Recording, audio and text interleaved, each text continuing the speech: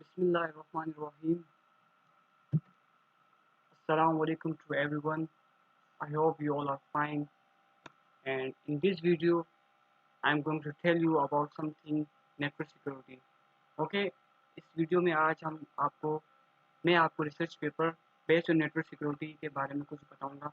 जो टॉपिक है हमारा बेसिकली जो हमारा मेन जो पर्पस है वो नेटवर्क सिक्योरिटी के ऊपर है, मतलब हम अपने नेटवर्क को किस तरह सिक्योर कर सकते हैं। Okay, the topic is network security based on redirections of questionable network access. Let's see that in the next slide. Okay, abstract. This error technique unable to work or techniques for network security are disclosed because of this thing in some implementations or sometime an evaluation module determines whether the network communication from a source computing to a destination system. The allowability of the communication based on source or destination address, port number, location. If it is disallow the communication, the related component redirect the communication to an alternative computing system. Today, through networks such as internet, there are included hackers. Okay, as I read all the instruction and the theory which is written in this slide, तो basically ये जो era है technological era है और इस technology ने हमारी दुनिया में बहुत बड़ा ह्यूज चेंज लाया है, जिसकी वजह से हम अपनी ज़िंदगी को वेरी कंफर्टेबली इस्तेमाल करें। जहाँ एक तरफ टेक्नोलॉजी का यूजफुल इस्तेमाल किया जा रहा है, उससे बेनिफिट ले जा रहे हैं, on the other hand you can see that intruders and hackers, they are getting benefits. They are using this technology in a negative way, in a wrong way. उस चीज़ को गलत रास्ते पे भी क्या कर रहे हैं, इस्तेमाल इस टेक्नोलॉजी को गलत रास्ते पर भी इस्तेमाल किया जा रहा है। क्यों? क्योंकि जब आप किसी इंटरनेट के थ्रू कम्युनिकेशन कर रहे होते हैं पॉइंट टू पॉइंट या ऑर्गेनाइजेशन टू ऑर्गेनाइजेशन, तो इस दौरान जो थर्ड पार्टी होती है आपके कम्युनिकेशन को एक्सेस करने की कोशिश करती है, आपके डेटा को, आपके कम्युनिकेशन को सुनने की और आपके डेटा को हैक करने की या चोरी करने की कोशिश करती है। वो आपके होते हैं इंट्रूडर्स और हैकर्स। उसमें अनऑथोराइज यूजर्स भी होते हैं, जो लिखा हुआ भी है, and program device trying to breaking into other electronic device, sorry into other computer servers firewall router. जो क्या करते हैं प्रोग्राम्स के थ्रू क्या करते हैं, हमारी जो क्या कहते हैं कंप्यूटर के सर्वर्स जो होते हैं, फायरवॉल जो हमने लगाए होते हैं, राउटर्स होते हैं, उनको क्या करते हैं ब्रेक करने की कोशिश करते हैं। Cell phone, game console and other electronic devices that connected to the network. जो भी डिवाइसेस नेटवर्क से कनेक्टेड होगी वहाँ आप ये सोच लें कि कोई ना कोई आपको एक्सेस करने की कोशिश कर रहा है in a wrong way, in a negative way, just because of getting benefits without any permission of you. Okay, for example, website servers, other device and users may send a virus, a worm, adware, spyware or other files to another electronic device on the internet. Basically इस जो research paper में main चीज़ ये देखी गई redirect का मतलब ये है कि अक्सर एक्चुअली हम समटाइम हम इंटरनेट यूज़ कर रहे होते हैं तो हम ऐसी वेबसाइट को एक्सेस कर लेते हैं या ऐसी क्या कहते हैं फाइल पे क्लिक कर लेते हैं जो क्या कहते हैं हैकर्स की मतलब हैकर्स की जो होती है एक टैप होता है, उस पर अगर जैसे आप क्लिक करते हैं तो आप भी डायरेक्ट चले जाते हैं किसी एनी अदर वेबसाइट जो आपके लिए क्या होती है हार्म होती है, जो आप क्या करते हैं हैकर्स उसको एक्सेस करते हैं, उसके थ्रू आपके कंप्यूटर में क्या कर सकते हैं, घुस सकते हैं। ठीक है, तो ये होते हैं उनकी थोड़े से ट्रैप्स होते हैं जिसको हमें थोड़ा सा देखना पड़ता है। द फाइल्स में cause the other device to run some malware, backdoors, bomb, Trojan etc। तो ये क्या है आपके वायरस हैं जो आपके कंप्यूटर में क्या हो जाते हैं, इंटर हो जाते हैं, जिसकी वजह से वो आपकी जितनी भी वर्किंग हो रही होती है आपकी पीसी में वो उस चीज़ को इजीली एक्सेस कर सकते हैं, देख रहे होते हैं। Okay, so let's move on the next slide. ये brief description of the drawing जो आगे इस रिसर्च पेपर में जो फिगर्स बताए गए हैं उस फिगर्स में भी आपको मैं बताऊंगा किस तरह डिफाइन किया गया है, किस तरह जो हैकर्स हैं आपके डिवाइस को क्या कर रहे होते हैं, हैक कर रहे होते हैं, एक्सेस कर रहे होते हैं। Non limiting and non exhaustive embodiments of the present invention is described with reference to the following drawings. In the drawings, like reference memorials refer to like parts throughout the various figures unless otherwise specified. जो figures होंगी उसमें आपको क्या न्यूमेरियल्स तरीके से एक चीज़ को पूरा थ्रू आउट किया गया होगा, फिगर्स के थ्रू आपको डिफाइन किया गया होगा। For a better understanding of the present invention reference will be made to the following detailed description which is to read in association with accompanying drawing variant। तो क्या बेसिकली हम जो present invention है उसमें हमें रेफरेंस की भी need होती है और उसकी डिटेल डिस्क्रिप्शन भी चाहिए होती है और गिवन भी होती है अक्सर में। तो डिटेल डिस्क्रिप्शन में चलते हैं। उसमें 3 चीज़ें हैं हमारे पास, objective, procedure, analysis. The detail description is given below. जो आपको डिटेल डिस्क्रिप्शन है नीचे दी गई है फिगर्स, एज अ फिगर्स, और फिगर्स को भी इलस्ट्रेट किया गया है। Let's see the figure. Figure 1, जैसे कि आपको क्लाइंट डिवाइस दिख रही है, उस पर 12 लिखा हुआ है क्लाइंट डिवाइस, उसके बाद 13 लिखा हुआ है, एक उसके बाद एक और क्लाइंट डिवाइस है, उस पर 14 लिखा हुआ है। जो हमारा एक बीच में आप देख सकते हैं नेटवर्क है, और 15 क्या है हमारा, वो नेटवर्क है। 16 जो ऑनलाइन सर्विस है, क्या है, ऑनलाइन सर्विस जो हमें प्रोवाइड की जा रही है। बट जो 17 है ये आपका है क्वेश्चन एबल नेटवर्क नोड। यही है आपका हैकर्स, यही है जो थर्ड पार्टी जो आपके नेटवर्क को ब्रेक करके आपके पीसी में घुसकर आपकी जो इंफॉर्मेशन डेटा है उसको क्या करता है, एक्सेस करता है, जिसको इजली अपने पास कीप कर लेता है, रख लेता है। ओके, लेट्स सी इस डायग्राम को, इस फिगर को आगे किस तरह इलस्ट्रेट किया गया, किस तरह डिफाइन किया गया है step by step. Figure 1. In this figure, clearly shown that client device 12, 13, 14 are connected with a network 15 and 16. जैसे मैंने आपको बताया, जो 12, 13 और 14 जो डिवाइस थी कनेक्ट थी किसके साथ, एक 15 नेटवर्क और 16 के साथ, providing online service while 17 question able network node is also connected, it is unknown user और इंट्रूडर। जैसे पहले मैंने आपको बताया कि जो 12 और 13 और 14 थी हमारी एक डिवाइस थी क्लाइंट डिवाइस, और 15 और ये क्या थी, हमारे पास एक नेटवर्क प्रोवाइडर थे जो सर्विसेज प्रोवाइड करते हैं। पर जो ये 17 है, ये क्या है, अननोन यूजर है और इंट्रूडर है। आप इंट्रूडर को ये ले सकते हैं, वो हैकर है जो आपकी परमिशन के बगैर आपके नेटवर्क में या आपके डिवाइस में क्या करना चाहता है, घुसना चाहता है, एक्सेस करना चाहता है। Okay, illustrate one embodiment of an environment in which the present invention may operate. However, not all these components may be required to practice the invention, and variation the arrangement and type of the components may be made without departing from the spirit or scope of the invention. Basically इस चीज़ को क्या किया गया, illustrate किया गया, embodiment किया गया है environment को, कि आपकी जो present invention है वो क्या किया, उसे operate किया जाए। ठीक है, उनके जो कंपोनेंट्स है may be required to practise the invention, उनको क्या किया जाए, उन कंपोनेंट्स को प्रैक्टिस की ज़रूरत है। जो आपकी न्यू इन्वेंशन होगी, प्रैक्टिस से मुराद ये कि उससे ज़्यादातर सिक्योरिटी की ज़रूरत है, क्योंकि हम एज अ नेटवर्क सिक्योरिटी के बारे में बात कर रहे हैं, अगर हम इंफॉर्मेशन सिक्योरिटी की बात करें तो हमें सिक्योरिटी की बहुत ज़्यादा नीड होती है। Okay, as shown in figure, a system can include client device 12, 14, a network 15, and online service 16, and questionable network note 17 that is not directly associated with online services। जो 17 है ये हमारा इंक्लूडेड है, मेन जो एक हमारी क्या कहते हैं रुकावट जो है, जो हमारे हमें हार्म पहुंचा सकता है, नुकसान पहुंचा सकता है, वो क्या है, 17, और वो डायरेक्टली एसोसिएट भी नहीं है हमारे ऑनलाइन सर्विस के साथ। Okay, network 15 is in communication with and enable communication between each of client devices 12, 14, online service 16, and questionable network node 17। ये क्या कह रहा है कि जो हमारा नेटवर्क 15 है क्या कम्युनिकेट कर रहा है, एनेबल है communication between each of the client device, जो हमारी क्लाइंट डिवाइस है 12, 14 एंड 16, और क्वेश्चनेबल नेटवर्क नोड के साथ भी वो क्या है, कनेक्टेड है। बेसिकली कनेक्टेड नहीं है, पर वो क्या कर रहा है, उस चीज़ को एंटर होने की कोशिश कर रहा है। ऑनलाइन सर्विस 16 में कॉम्प्रोमाइज वन और more servers for legitimate website and email service, a file storage service, a domain name assignment, uh, and a network address identification service, like questionable network node 17 may comprise a dishonest user client device, a source of computer। जैसे मैंने आपको बताया कि questionable network जो node है ये क्या comprise है, डिसऑनेस्ट है, मतलब कि एक ईमानदारी नहीं है, ये क्या आपकी उसमें क्या कहते हैं इस तरह घुसने की कोशिश करेगा कि ये आप ऐसा आपको लगेगा this is the honest person, ये जो आना चाह रहा है इसमें, पर क्या होता है बीच में ऐसा कुछ नहीं होता, ये एक डिसऑनेस्ट और अननोन यूज़र होता है जो आपकी डिवाइस को मतलब आपके डिवाइस के अंदर एंटर होके आपके डेटा को चोरी करता है। ठीक है, this is a simple illustration of the figure 1।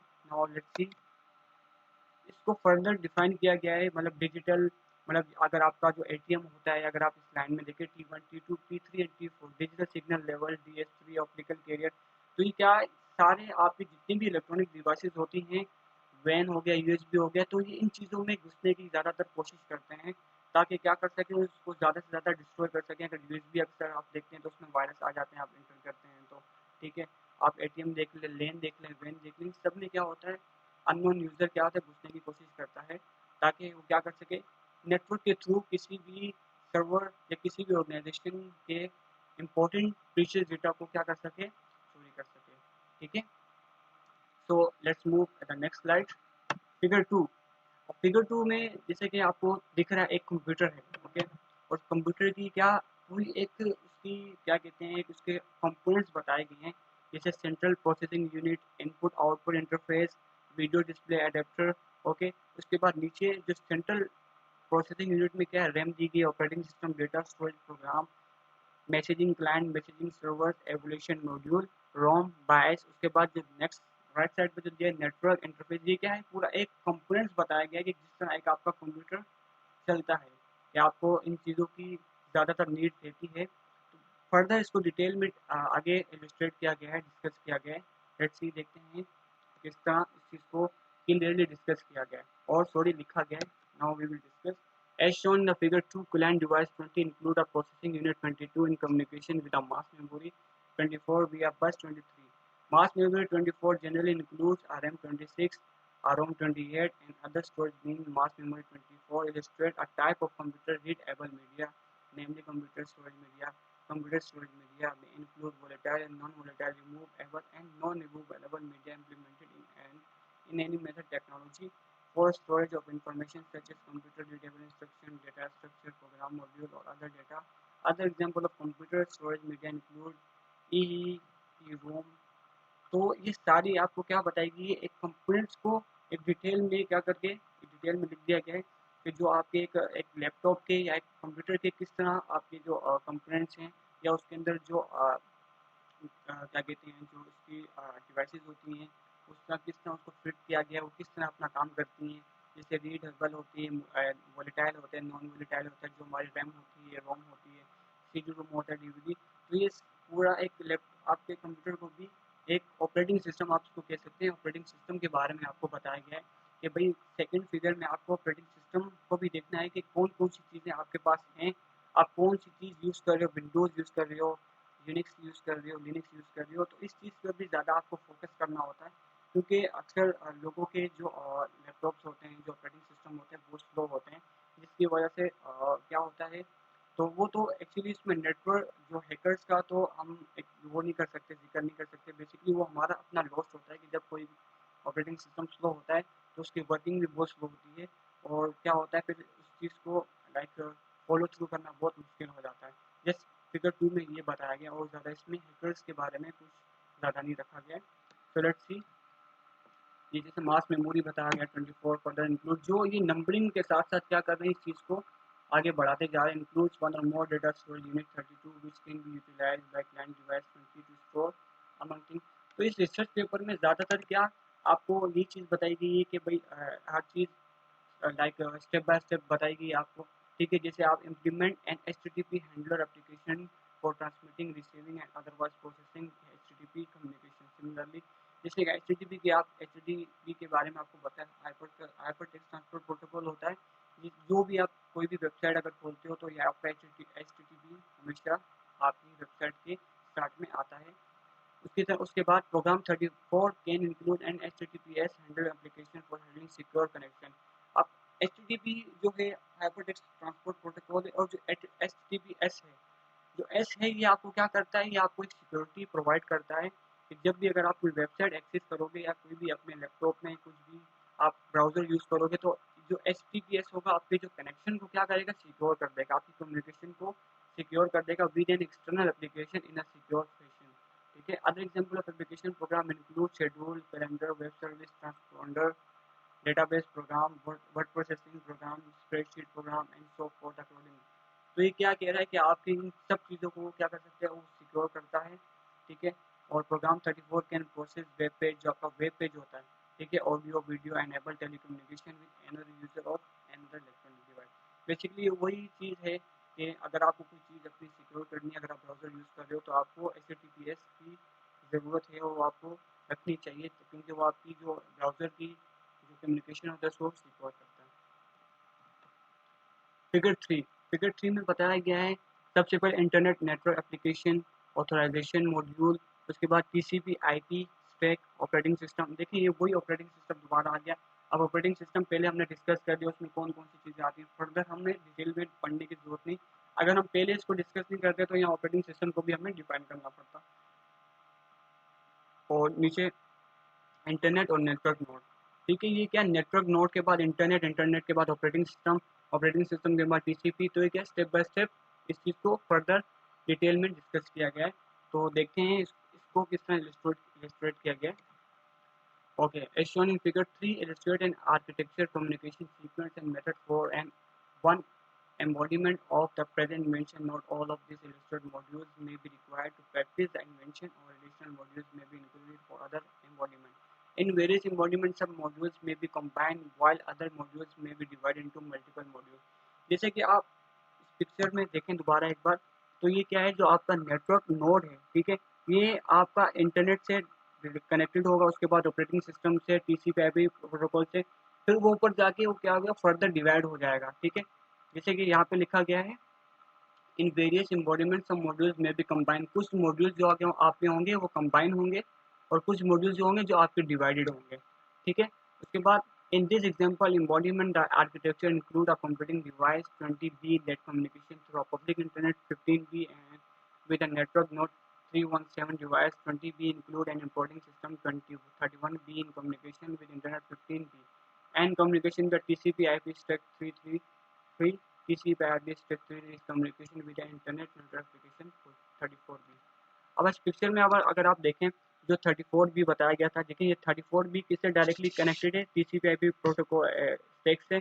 उसके बाद ये जो आप देख सकते हैं 333 डायरेक्टली कनेक्टेड है। उसके बाद फिर आपका जो ये 302 है, तो 305 है, डायरेक्टली कनेक्टेड है किससे, TCP/IP प्रोटोकॉल से। ये 31 जो आपका ऑपरेटिंग सिस्टम है, ये भी आपका डायरेक्टली कनेक्ट हो रहा है इसके साथ। फिर ये डायरेक्टली इसका कनेक्शन हो रहा है इंटरनेट नेटवर्क एप्लीकेशन के साथ, जो TCP आपका है, ट्रांसपोर्ट कंट्रोल प्रोटोकॉल। तो ये क्या कर रहे हैं, ये सारी जो आपकी एप्लीकेशन होंगी, जो आपका क्या कहते हैं कम्युनिकेशन होती है, तो ये आपस में कुछ जो मॉड्यूल्स होते हैं वो आपस में कंबाइन होते हैं। कुछ मॉड्यूल्स होते हैं जो आप बीच में ज़्यादा डिवाइडेड होते हैं। ठीक है, टीसीपी की तो आपको तकरीबन हमें पता है 6-7 लेयर्स होती हैं। ठीक है, उन लेयर के थ्रू क्या होता है, ये सारा प्रोसेस होता है, कम्युनिकेशन होती है। जिस एप्लीकेशन जैसे 6 जैसे टीसीपी की 7 लेयर्स होती हैं, 6 होती हैं, ज़्यादातर 5 होती है। इस तरह मतलब इस चीज़ों को डिस्कस किया जाता है, तो बेसिकली ज़्यादातर 5 ही यूज़ होती हैं। जैसे एप्लीकेशन हो गया, ट्रांसपोर्ट लेयर हो गया, डेटा लिंक हो गया, प्रेजेंटेशन लेयर हो गया, एप्लीकेशन लेयर हो गया। तो सारी लेयर्स क्या होती हैं, आपस में इंटर कनेक्टेड होती हैं, जिसकी वजह से आपकी कम्युनिकेशन क्या होती है, ज़्यादातर उस पैकेट्स को सिक्योर करती है, जो कम्युनिकेशन के थ्रू क्या हो रहे थे, ट्रांसफ़र हो रहे होते हैं। ठीक है, तो ज़्यादातर इस चीज़ में भी यही बताया गया, जिससे भी देखें network application 34B generally may be any communication program whether client server or otherwise का receive inbound communication the application 34B। तो यह आपस का जो इस फिगर में कम्युनिकेशन या कंबाइन जो किया गया है, डिवाइडेड किया गया, सारा उस चीज़ को फर्दर यहाँ पर डिफाइन किया गया है। आप देखिए, for example if the device 20B is a router, gateway, firewall or other networking device, the device 20B may be responsible for evaluating packets or other communication transmitted from the network node 317 to some program। अब ये जो 20B है आपके पास, तो ये क्या करते हैं, ज़्यादातर उस चीज़ को क्या कहते हैं, फर्दर कम्युनिकेट करता है, जैसे यहाँ लिखा हुआ है, क्या करता है, और other networking devices, the device responsible for evaluate packets को क्या करते हैं, एवुलेट करता है, और अदर कम्युनिकेशन ट्रांसमिट करता है नेटवर्क नोड से, जो आप हमारे पास 317 है। स्टार्ट में जो सबसे नीचे दिया गया है, टॉप बॉटम टू टॉप जो जा रहा है हमारा नेटवर्क नोड। ओके, सो उसके बाद the authorization module 310 in communication with a global database. तो आपके पास एक डेटाबेस भी होता है, जो आपकी जो क्या कहते हैं डेटा को, जो आप इंफॉर्मेशन को स्टोर करता है। ठीक है, तो ये ज़्यादा तकरीबन आईपी एड्रेस को भी बताया गया इसमें, टीसीपी आईपी पोर्ट को भी बताया गया, number category, securing rating, domain names, their on owners and other data. तो ये क्या सारी चीज़ों को क्या किया गया होता है, एक मर्ज किया गया होता है, कंबाइन किया होता है, तब जाके आपका एक कम्युनिकेशन होती है। और इस कम्युनिकेशन को ब्रेक करने के लिए जो आपके हैकर्स होते हैं वो ब्रेक करने की कोशिश करते हैं। पर अगर आपकी ज़्यादातर टीसीपी, और जैसे आप यहाँ लिखा हुआ है यूडीपी पैकेट्स भी होते हैं यहाँ पे, कि जितना आप इसको सिक्योर रखोगे, जितनी आप इस पर सिक्योरिटी प्रोटेक्शन ज़्यादा रखोगे, तो क्या होगा, ज़्यादा इतना आसान नहीं होगा हैकर्स को आपके जो नेटवर्क है जो उसको एक्सेस करने में। फिगर 4 में देखें, तो सबसे पहले ऑथोराइज डिवाइस लिखी हुई है, उसके बाद ऑथोराइज डिवाइस, फिर उसके बाद प्राइवेट वायर नेटवर्क, ठीक है, ऑथोराइज डिवाइस, ये सारी क्या ऑथोराइज डिवाइस हैं। पर यहाँ पर एक अनऑथोराइज डिवाइस है, जो एक ह्यूमन है जिसने ब्लैक कैप पहनी हुई आप देख सकते हैं वो क्या कर रहा है, अनऑथोराइज डिवाइस है जो पब्लिक एक्सेस करना चाह रहा है। आप नीचे यहाँ भी देख सकते हैं ये भी कि अनऑथोराइज डिवाइस है जो क्या करना चाह रहा है, ऑथोराइज डिवाइस से कनेक्ट होना चाह रहा है और उसमें एक्सेस होना चाह रहा है, उसमें घुसना चाह रहा है। तो देखते हैं इस फिगर में किस तरह इस चीज़ को डिफाइन किया गया है, ज़्यादा डीप में देखते हैं। Illustrate network security process in the context of an example company premises 610. The premises 61 include a private wired network 641 that is connected to a number of authorized computing devices 601A, 601D.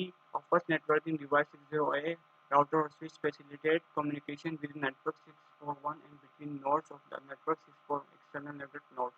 A second networking device 600 EG uh gateway। तो ये सारे आपके जो इस device में बताए गए हैं 601, 600 ये जो नेम लिखेंगे 600, ये लिखा हुआ है 600A, ये लिखा हुआ है 501B, ये 601A। तो ये क्या है आपका, ये सारा डिफाइन उसमें इलिस्ट्रेट किया गया है, इसको फर्दर डिटेल में डिफाइन किया गया है।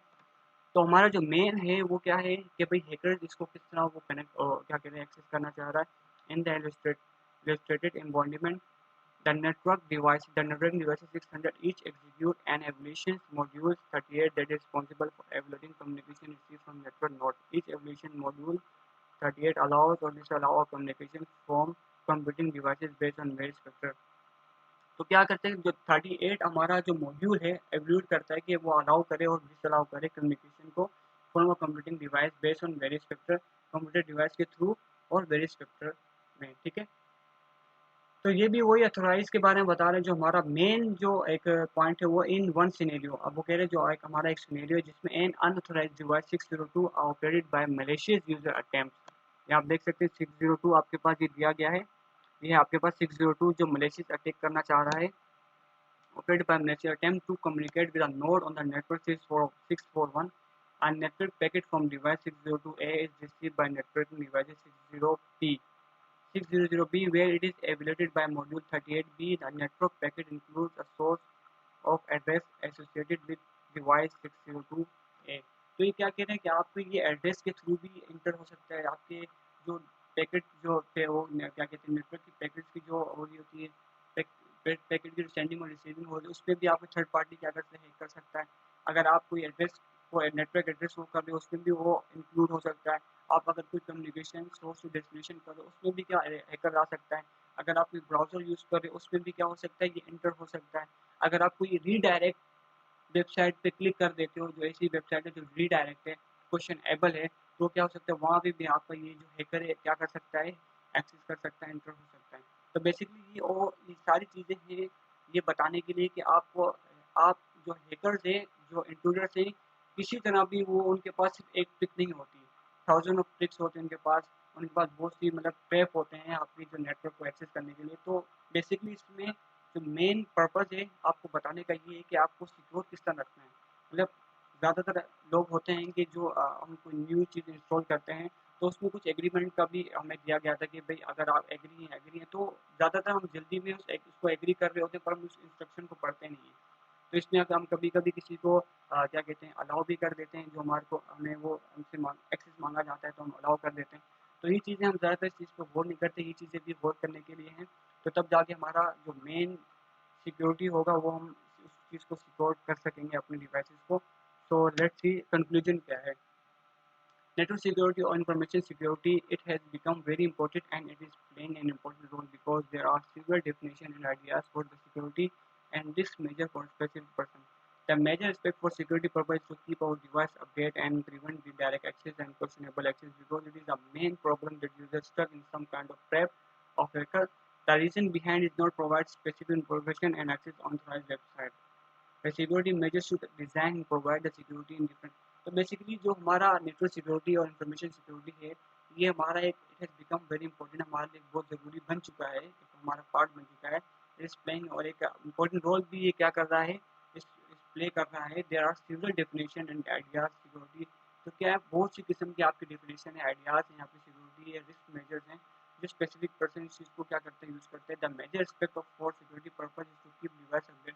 मतलब अगर आप अपने क्या कहते हैं डिवाइसेस को सिक्योर रखना चाहते हैं आपको अपडेट भी रखना होगा उसको प्रिवेंट भी करना होगा रीडायरेक्ट एक्सेस से अनक्वेश्चनेबल एक्सेस से जिससे हम प्रीवियस अभी डिस्कस करके आए कि किस तरह आप जो हैकर होगा, इंट्रूडर होगा, आपकी डिवाइस को एक्सेस करने की कोशिश करेगा। उसके पास बहुत से ट्रैप्स होंगे, तो आप 3-4 ट्रैप्स तो मैंने आपको बता दिए, बाकी और भी ट्रैप्स हैं जिसको आपको देखना है। जो अब मैंने आपको वर्बली भी बताया कि जब भी आप कोई चीज़ इंस्टॉल कर रहे हो तो उसके इंस्ट्रक्शन को जरूर पढ़ा करें, डायरेक्टली एग्री मत क्या करें, क्योंकि उसी एग्री की वजह से वो क्या करता है, हम जल्दी जल्दी में उसको एग्री कर लेते हैं, तो वो फिर हैकर क्या करता है, उसको एक चांस मिल जाता है, वो डायरेक्ट जाके नेटवर्क में या आपके स्विच डिवाइस में इंटर हो जाता है। ठीक है, तो इन चीज़ों का भी थोड़ा सा हमें like we have to focus on this. If you are not focusing that, like we are in hurry, we are using the computer, so इसमें हमें क्या होगा, बहुत लाइक लॉस्ट हो सकता है। तो बाद में ये हमें बहुत लॉस मतलब हमारे लिए साबित होता है। The security measures should design and provide a security in different levels of organization, not only design but it should also implement in different levels. मतलब जो सिक्योरिटी मेजर है उसको हमें डिज़ाइन भी करना है, सिक्योरिटी मेजर्स डिज़ाइन करना चाहिए, और क्या करना चाहिए, the security provide the security in different levels of organisation, और सिक्योरिटी को प्रोवाइड भी करना चाहिए ऑर्गेनाइजेशन में डिफरेंट लेवल्स में। ये कह रहे हैं not only design but it should also implemented in different level. ना ही सिर्फ डिज़ाइन किया जाए बल्कि इस चीज़ को इम्प्लीमेंट भी करना चाहिए, यही ज़रूरी है, तब जाके हमारी जो ऑर्गेनाइजेशन होगी, हमारा जो डेटा होगा, इन्फॉर्मेशन होगा, वो क्या होगा, सिक्योर रहेगा। तो ये थी हमारी आज की रिसर्च पेपर की वीडियो, जो आपको मैंने बताया, जो भी डायरेक्ट था और कुछ इनेबल था, और भी बहुत सी ट्रैप्स हैं जो हैकर्स इंट्रूडर्स इसको यूज़ करते हैं और आपकी जो डेटा होता है इसको डिस्ट्रॉय भी करते हैं और डेटा को स्टील भी करते हैं, और उसके बाद उसका ऐसा यूज़ करते हैं कि या तो अगर आपका कोई अकाउंट है, वो अकाउंट हैक हो गया तो उससे वो आप जो आपका मनी होगी वो विड्रॉल करवा सकते हैं। अगर आपका डेटा है तो वो आपको ऐसा ब्लैकमेल करके आपके डेटा को लीक करने की भी अक्सर आपने देखा, आपको पता भी होगा। तो इन चीज़ों से बचने के लिए जो आपको मैं टिप्स बताई हैं, जो क्या कहते हैं ट्रिप्स बताई हैं जो हैकर्स करते हैं, तो इन चीज़ों को थोड़ा सा लाइक फॉलो करें, मतलब इन चीज़ों से बचने की कोशिश करें। फिर जाके क्या होगा कि आपका जो लाइक एक डिवाइस होगी, जो आपका जो मेन डेटा होगा, इंफॉर्मेशन होगी, वो होगी, सिक्योर रहेगी। आई होप आप सबको इस वीडियो में तकरीबन समझ आ गया होगा, and thank you very much for watching this video, and this video is coming to end, and I hope कि आपको सबको लाइक क्लियरली समझ आ गया होगा कि किस तरह हैकर से बचा जाए, और किस तरह कौन सी चीज़ें हैं, कौन से स्टेप्स हैं जो हमें फॉलो नहीं करने चाहिए, कौन से फायदे जिस पे हमें क्लिक नहीं करना चाहिए, जिसकी वजह से क्या होता है, हैकर्स को ईजिली एक मौका मिल जाता है, अपॉर्चुनिटी मिल जाती है, जिसकी वजह से वो आपके डिवाइस में एंटर हो जाता है। Thank you very much guys for watching this video.